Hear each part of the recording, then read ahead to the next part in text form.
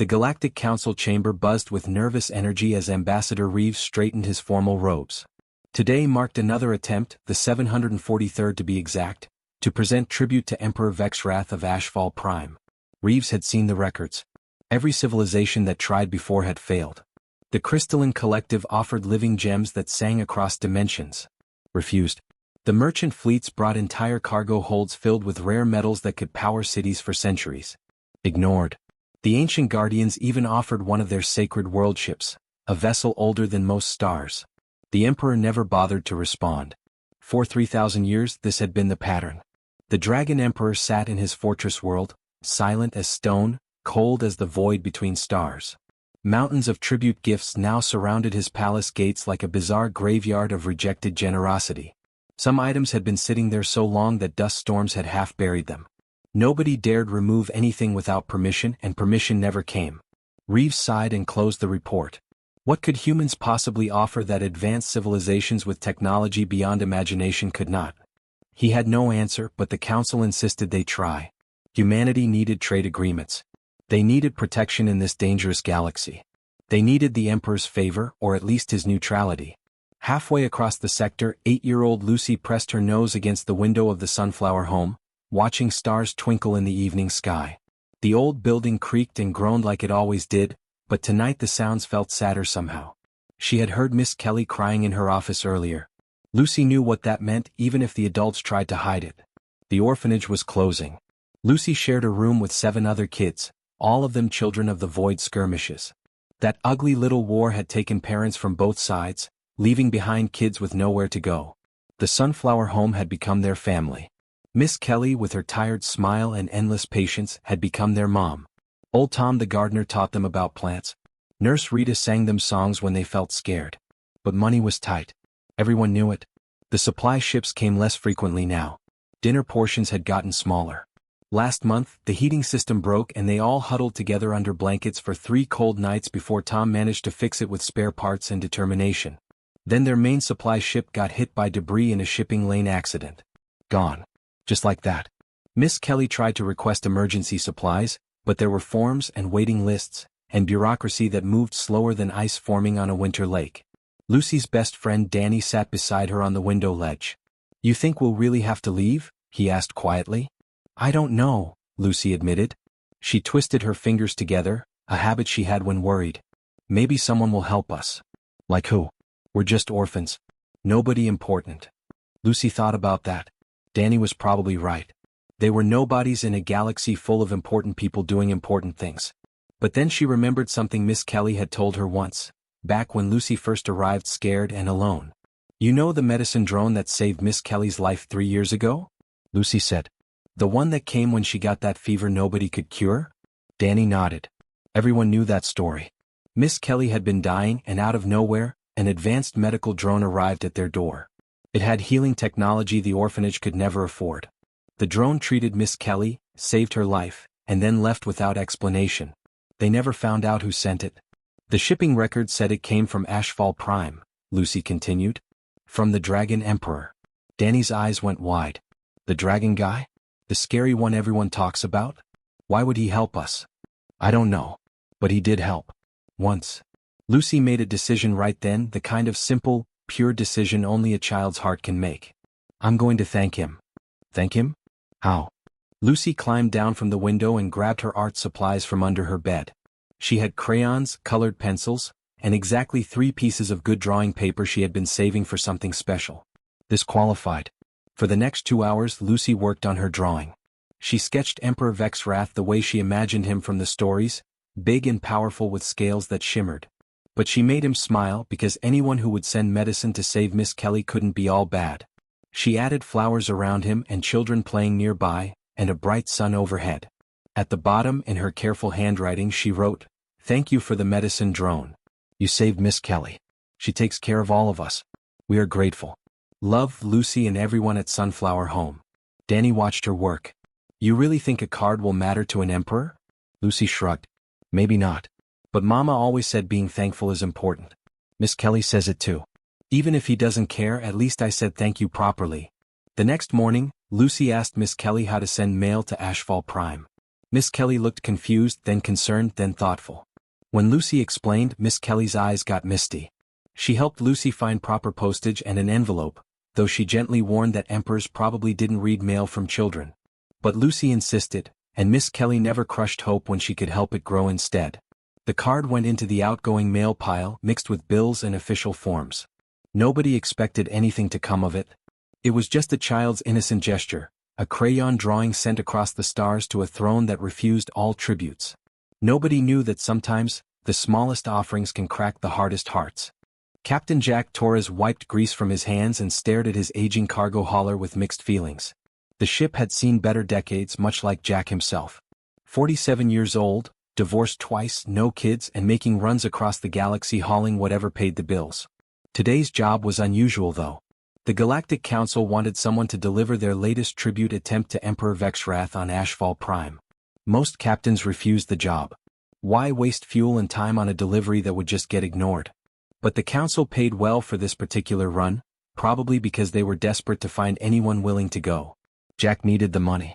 His ship's engine needed repairs, and creditors don't care about your dignity when bills come due. He loaded the cargo carefully. Quantum crystals worth more than his ship. Ancient artifacts from dead civilizations. Technology he couldn't even pronounce, let alone understand. Each item could buy a small moon, yet all of it would probably end up on the growing garbage heap outside the Emperor's palace gates. Jack was sealing the cargo bay when he heard a weak voice call out. "Captain Torres? Captain Jack Torres?" He turned to see an elderly woman struggling up his loading ramp. She looked sick, her skin pale and breathing labored. Jack rushed over to help her. "Whoa, easy there. You shouldn't be climbing around cargo ships." "Are you really going to HFY Prime?" she asked, clutching his arm with surprising strength. "Yeah, leaving in an hour." "Why?" The woman pressed something into his hand. An envelope. Simple, handmade, the kind kids use for birthday cards. "Please. I'm Miss Kelly from the Sunflower Home Orphanage. I'm dying, Captain. The doctors gave me maybe 3 days. But before I go, I need to know this reached the Emperor." Jack looked at the envelope, confused. "Ma'am, the Emperor doesn't read mail. He doesn't accept anything from anyone." "I know how it sounds." Miss Kelly coughed hard, her whole body shaking. "But one of my children, a little girl named Lucy, she made this thank you card for him. The Emperor once sent a medical drone that saved my life 3 years ago. Lucy never forgot that kindness. She drew this card to say thank you. Please, Captain. Just try. Put it with the other tribute items." "What's one more piece?" Jack wanted to refuse. He had enough problems without adding impossible errands. But something in the old woman's eyes got to him. Maybe it reminded him of his own grandmother before she passed. Maybe he was just tired of being the guy who only cared about credits. "All right," he heard himself say. "I'll try. No promises though." Miss Kelly smiled, tears rolling down her cheeks. "Thank you. That's all I wanted. Someone to try." She left the envelope in his hand and shuffled back down the ramp, slower than before. Jack watched her go, wondering if he'd just agreed to the last request of a dying woman. He looked at the envelope. Crayon drawings visible through the thin paper. A child's handwriting addressing it to Emperor Vexwrath, HFY Prime.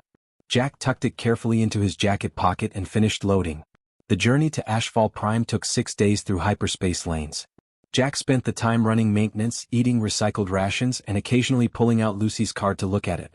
He didn't open it, that felt wrong, but he could see the drawing through the envelope. A dragon with a smile. Flowers. Bright colors. It made him think about innocence, about how kids still believed in good things even when the universe kept proving otherwise. These orphans had lost everything, yet this Lucy kid spent time drawing a thank you card for someone who would never see it. On the 6th day, Jack dropped out of hyperspace near HFY Prime. The planet looked exactly like its name suggested, all volcanic rock and ash clouds swirling in crimson skies. The Emperor's palace dominated the landscape, a massive fortress carved from black stone that seemed to absorb light rather than reflect it. Jack requested landing clearance and got directed to the tribute delivery zone. He'd seen pictures, but nothing prepared him for the reality. Mountains of gifts stretched in every direction. Crystalline structures the size of buildings. Dormant starships offered his presence. Statues made from materials that shouldn't exist. All of it sitting there, ignored, slowly being buried by ashfall. Dragon guards met him at the landing pad. They weren't actual dragons, but close enough. Reptilian aliens standing 12 feet tall, covered in natural armor plating, with eyes that glowed like hot coals. They looked at Jack like he was lunch that learned to walk. "State your business," one guard rumbled in heavily accented standard. "Tribute delivery from the Galactic Council," Jack said, trying to sound professional and not terrified. "Got a cargo hold full of expensive stuff your boss won't look at." The guards exchanged glances. "Leave it with the others. Departure clearance in 1 hour." Jack started unloading, using his ship's cargo lifters to move the council's gifts. The guards watched but didn't help. Standard procedure apparently. As Jack set down the last quantum crystal container, he remembered the envelope in his pocket. This was stupid. Completely stupid. But he'd promised a dying woman. Jack pulled out Lucy's card and held it up. "Hey, I got one more item. Personal delivery." The guards looked at the childish envelope like he'd just offered them garbage. "No personal items. Official tributes only." "Come on, it's just a card. From a kid. A thank you card." "The Emperor accepts no tributes," the guard said firmly. "You know this. Everyone knows this. Leave now or be removed." Jack felt anger rise in his chest. He'd come all this way and these overgrown lizards wouldn't even let him try. "Listen, a little girl made this. She just wanted to say thank you for something nice your Emperor did. That's it. No tricks, no politics. Just a kid being grateful." "The Emperor does not." "I know what the Emperor doesn't do," Jack shouted, surprising himself. "But maybe he should know that one small kindness he showed once mattered to someone. Maybe he should know that a child remembered. Maybe that's worth 5 seconds of his incredibly important time." The guard stepped forward menacingly. Jack prepared to get thrown off the planet. But then something changed. The air itself seemed to vibrate. The ash clouds swirled unnaturally. The guards froze, their eyes going wide with what looked like fear. Jack turned slowly. The palace gates were opening. And through them, moving with ancient grace and terrible power, came Emperor Vexwrath himself. The dragon was impossibly large, his scales catching the red light of the volcanic landscape, his eyes older than civilizations. Each step he took made the ground tremble. Jack's legs nearly gave out. The guards dropped to their knees. And Jack, still holding that simple card, understood he'd just changed something that hadn't changed in 3,000 years. "Retry." Emperor Vexwrath moved toward the trembling human with steps that shook the earth. Jack Torres had faced pirates, navigated asteroid fields, and once crash-landed on a moon with no atmosphere, but nothing had ever terrified him like this moment. The dragon's shadow fell over him like nightfall itself. The Emperor stopped just feet away, towering above. His scales were not just black and ruby as reports claimed. Up close, Jack could see gold veins running through them, ancient scars that had healed into patterns, and eyes that held more sadness than any creature should carry. "You spoke of kindness," Vexwrath said, his voice deep as thunder rolling across mountains. "You spoke of a child who remembered. Show me." Jack's hand shook as he held up the envelope. It looked ridiculous now, this tiny piece of paper before a being who could level cities. The Emperor lowered his massive head, and with a claw the size of Jack's entire arm, he carefully took the card with impossible gentleness. Vexwrath studied the envelope for a long moment, then slowly opened it. Jack watched the dragon's expression, trying to read emotions on a face not built for human understanding. But something changed. The Emperor's eyes, those ancient burning eyes, softened. "Leave us," Vexwrath commanded his guards. They hesitated, clearly uncomfortable leaving their ruler with a stranger, but obeyed without question. Within moments, Jack stood alone with the most powerful being in this sector of the galaxy. The Emperor held Lucy's drawing as if it were made of glass. His claws traced the crayon lines so carefully that the paper didn't even crinkle. "A child drew this," he said quietly. "Not a question." "Yes, sir. Your Majesty." Jack had no idea how to address a dragon emperor. "Her name is Lucy. She's 8 years old. Lives in an orphanage you helped once." The medical drone. Vexwrath's voice carried recognition. 3 years ago. The director had contracted fever sickness. I sent automated aid. That director, Miss Kelly, she's dying now. Different illness. But she asked me to deliver Lucy's card before she passed. The kid wanted to say thank you." Vexwrath was silent for a very long time. Then, without explanation, he turned and walked back toward his palace. "Come, Captain Torres." It wasn't a request. Jack followed, his boots crunching on volcanic rock, his heart hammering against his ribs. The palace interior was massive and dark, lit by streams of lava flowing through channels in the walls. They walked through corridors that could fit starships, past empty rooms that echoed with loneliness. Finally, they entered a chamber that felt different from the rest. Personal. The walls here held no weapons or trophies. Instead, they were covered in drawings. Children's drawings. Thousands of them, preserved behind some kind of transparent material that protected them from time itself. My daughter made these, Vexwrath said simply. He moved to the wall and touched one drawing gently. It showed a smaller dragon playing with a dragon child, both smiling. The style was remarkably similar to Lucy's card, that same innocent joy in every crayon stroke. Jack didn't know what to say. He'd heard rumors that the Emperor lost family in some ancient war, but seeing this, understanding the depth of that loss, made everything suddenly make sense. Her name was Lyra, the Emperor continued. She was clever and kind. She loved drawing pictures for me. Every day a new one. Dragons flying. Flowers blooming. Our people happy and safe. Vexwrath's voice cracked slightly. The war came when she was 10 years old. The enemy didn't care about innocence. They bombed civilian centers. They targeted children specifically to break our spirits. The Emperor moved to another section of wall. These drawings were different, darker. These are the last ones she made. See how the colors changed? How the dragons in her pictures stopped smiling. She drew what she saw. Fear. Loss. Jack felt tears on his cheeks and didn't bother hiding them. The final drawing, Vexwrath whispered, touching one particular picture. It showed two dragons, large and small, holding hands under a dark sky. She gave this to me the morning she died in my arms. A building collapsed during a raid. I pulled her from the rubble, but it was too late. She used her last strength to make me promise something. What did she promise? Jack asked softly. That I would keep protecting children. That I wouldn't let grief make me forget why we fought in the first place. The Emperor's massive form seemed to sag with remembered pain. I failed that promise. After she died, I won the war through terrible means. I broke our enemies completely. Then I came here and sealed myself away.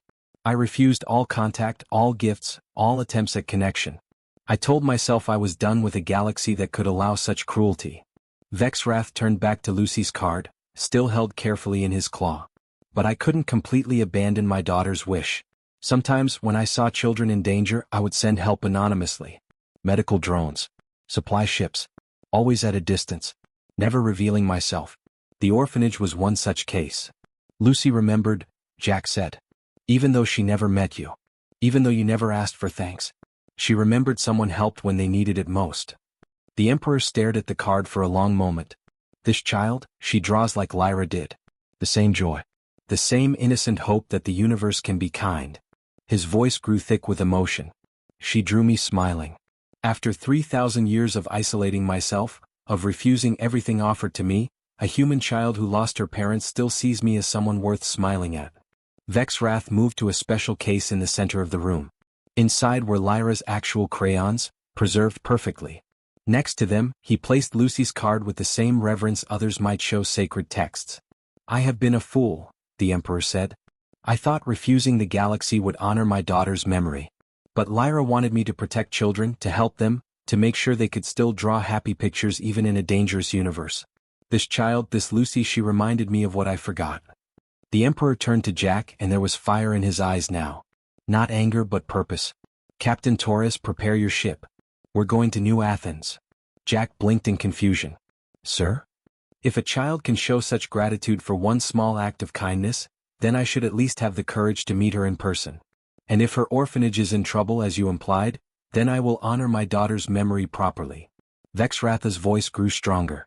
I will help them. Not from a distance. Not anonymously. I will show Lucy that her card mattered. Jack felt a smile spread across his face despite his tears. She's going to lose her mind when she sees you. I hope she draws me another picture afterward, Vexwrath said softly, looking at Lucy's card one more time. I have space on my walls. And 3,000 years of catching up to do. The sky above New Athens turned dark at midday. Not the natural darkness of storm clouds but something else entirely. Ship sensors across the colony went haywire as a massive vessel dropped out of hyperspace directly above the city. Emergency sirens wailed through the streets. People ran for shelters, pointing at the sky with terror in their eyes. At the Sunflower home, Lucy was helping younger kids with their reading lessons when the sirens started. Miss Kelly, weaker now but still pushing through her illness, gathered all the children into the common room. Stay calm everyone. It's probably just a drill. But it wasn't a drill. Through the windows they could see military ships scrambling into defensive positions. News alerts flashed across every screen. The Imperial flagship of Emperor Vexrath himself had arrived in orbit. Speculation ran wild. Was this an invasion? A threat? Nobody knew. Then the message came through every communication device on the planet simultaneously. The Emperor's voice, that deep rumble like distant thunder, spoke clearly. People of New Athens, I mean no harm. I seek only an audience with one person. A child named Lucy at the Sunflower Home Orphanage. I will land at her location in 10 minutes. The colony governor nearly had a heart attack. Military commanders argued frantically about protocols. Should they evacuate the area? Defend it? Welcome the Emperor? Nobody had procedures for this situation because it had never happened before. Emperor Vexrath didn't visit people. He barely acknowledged the galaxy existed. At the orphanage, chaos erupted. Miss Kelly grabbed Lucy's shoulders. Sweetheart, did you do something? Anything involving the Emperor? Lucy's eyes went wide as understanding hit her. The card. I sent him a thank you card 2 weeks ago. For the medical drone he sent you. Oh dear, Miss Kelly whispered. Around them, staff members ran in panic. Old Tom started checking if the building's emergency shield still worked. Nurse Rita gathered medical supplies, expecting the worst. The other children huddled together, frightened. Danny grabbed Lucy's hand. What if he's mad? What if your card made him angry? Lucy thought about her drawing, about the words she'd written. She'd only expressed gratitude.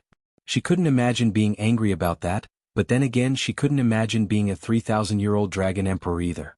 I don't think he'd come all this way just to be mean, she said, trying to sound braver than she felt. Governor Walsh arrived with a security team 5 minutes before the Emperor's promised landing. He was sweating through his formal suit. Miss Kelly, we need to evacuate these children immediately. We don't know the Emperor's intentions. No, Lucy said firmly. Everyone turned to look at the 8-year-old speaking with unexpected authority. He asked for me. If I run away, that's rude. Mama taught me to face things honestly. Sweetheart, this is different, Miss Kelly started to say, but stopped when she saw Lucy's determined face. The same face she'd worn when she'd insisted on sending that card in the first place. The sky darkened further as the Emperor's personal shuttle descended. It was massive, black as midnight, with designs etched into its hull that seemed to move in the light. The shuttle landed in the orphanage's small playground, crushing the rusty swing set and cracking the pavement under its weight. The landing ramp extended with a hiss of hydraulics.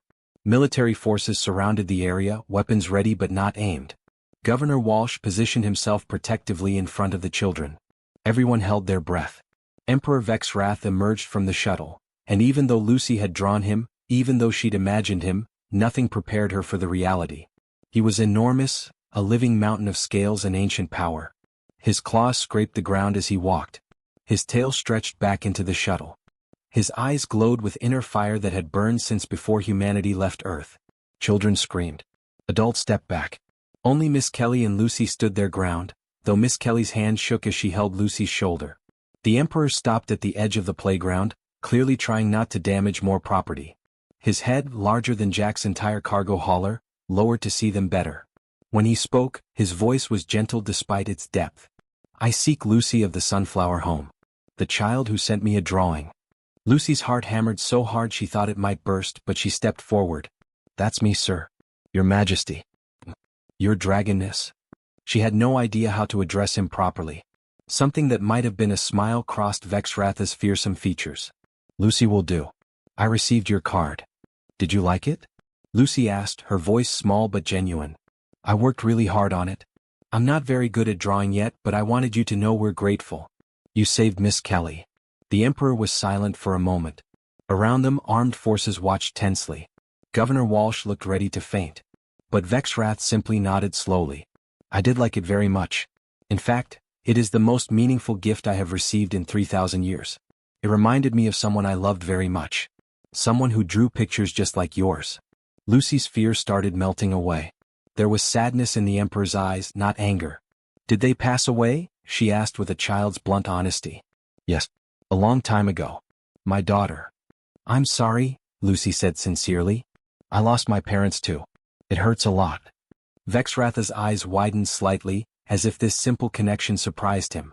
It does hurt. For a very long time. But your card? It helped the hurt feel a little smaller. Lucy smiled despite her nervousness. That's good. That's what I wanted.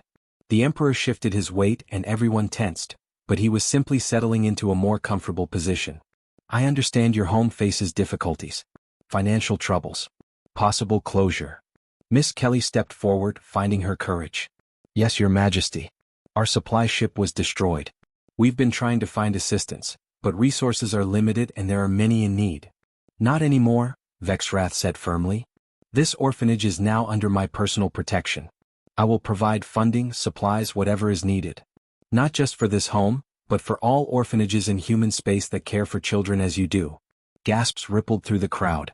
Governor Walsh looked like he might cry from relief or shock or both. Lucy tilted her head, studying the massive dragon. Are you lonely, Mr. Vexwrath? The question hung in the air.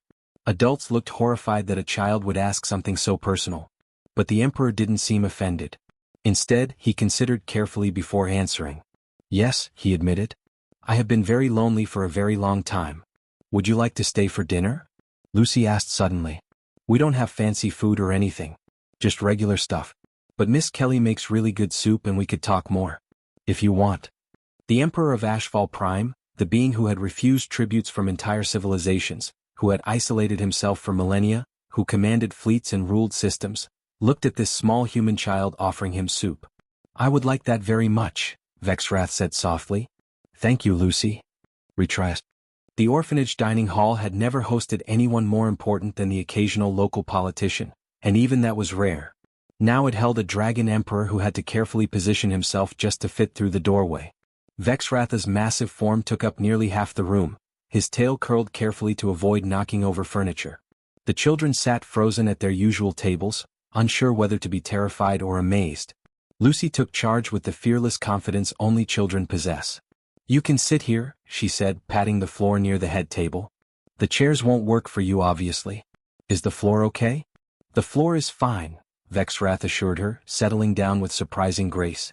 His head still rose above the tables, but at least he was at a more conversational level now. Miss Kelly, despite her illness, insisted on helping prepare the meal. Nurse Rita and old Tom worked frantically in the kitchen, trying to figure out what you serve a dragon emperor. They settled on what they had, vegetable soup, fresh bread Tom had baked that morning, and apple cider from their small garden's harvest. Slowly the initial fear began to fade. A brave 5-year-old named Benny approached the emperor cautiously. Are you really a dragon? Like in the storybooks? I am, Vexwrath replied gently. Though I suspect your storybooks may not be entirely accurate. Can you breathe fire? Another child asked. I can, but I won't do it indoors. That would be rude and dangerous. How old are you? Very old.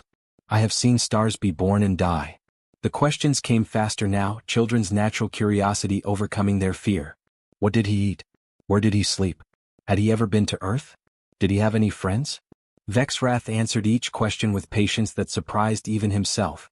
He hadn't spoken this much to anyone in centuries, yet here he was, explaining dragon biology to fascinated 8-year-olds. When dinner arrived, the Emperor insisted everyone eat first. Please don't change your routines for me. I'm a guest in your home. The meal was simple but warm. The children chattered, gradually acting more normal. Lucy sat closest to Vexwrath, occasionally glancing up at him with a smile. During a quiet moment she asked, What was your daughter's name? The room went silent.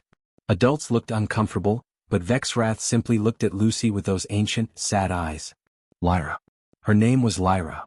That's a pretty name, Lucy said. I bet she was nice. She was. Very much like you actually. Kind. Brave. She loved drawing pictures. The Emperor paused, then continued. She made me promise before she died that I would keep protecting children. That I wouldn't let my grief make me forget what mattered. But you did forget, Lucy said softly. It wasn't an accusation, just an observation. Yes, Vexwrath admitted. For a very long time I forgot. I was so hurt by losing her that I pushed the whole galaxy away. I thought if I didn't care about anyone, I couldn't be hurt again. That sounds lonely, Danny chimed in from across the table. It was extremely lonely, the Emperor agreed. But your friend Lucy reminded me of something important. She reminded me that small acts of kindness matter. That gratitude matters. That keeping promises to the people we love matters, even after they're gone. Miss Kelly spoke up, her voice weak but clear. Your Majesty, you mentioned protecting all orphanages. We're grateful truly, but that's an enormous undertaking. I have enormous resources, Vexrath replied simply. Resources I've been hoarding uselessly for 3,000 years while children across the galaxy suffer. No more. Starting today things change. He turned his attention to the room at large. I'm establishing something new. We'll call it the Lucy Accords. Lucy blinked in surprise. The what? A new policy for my empire and any civilization that wishes to join, Vexrath explained. For too long, societies have tried to gain favor through grand tributes and expensive gifts. Meaningless displays of wealth that accomplish nothing. The Lucy Accords will change that. Instead of empty tributes, civilizations will show their worth through genuine acts of kindness. Protecting vulnerable populations. Caring for orphans. Supporting those who cannot support themselves. Small, meaningful actions instead of grand, hollow gestures. Governor Walsh, who had been quietly observing from the doorway, stepped forward. Your Majesty, the Galactic Council will want to hear about this. This could reshape diplomatic relations across multiple sectors. Let them hear about it, Vexrath said firmly. I'm tired of a galaxy that values rare crystals more than children's welfare. If civilizations want my alliance, my trade agreements, my protection, they can earn it by proving they care about their most vulnerable citizens. Benny tugged on Lucy's sleeve.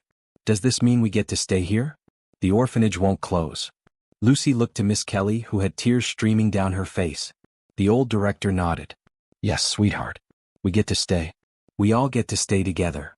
Cheers erupted from the children. Some cried happy tears. Others hugged each other.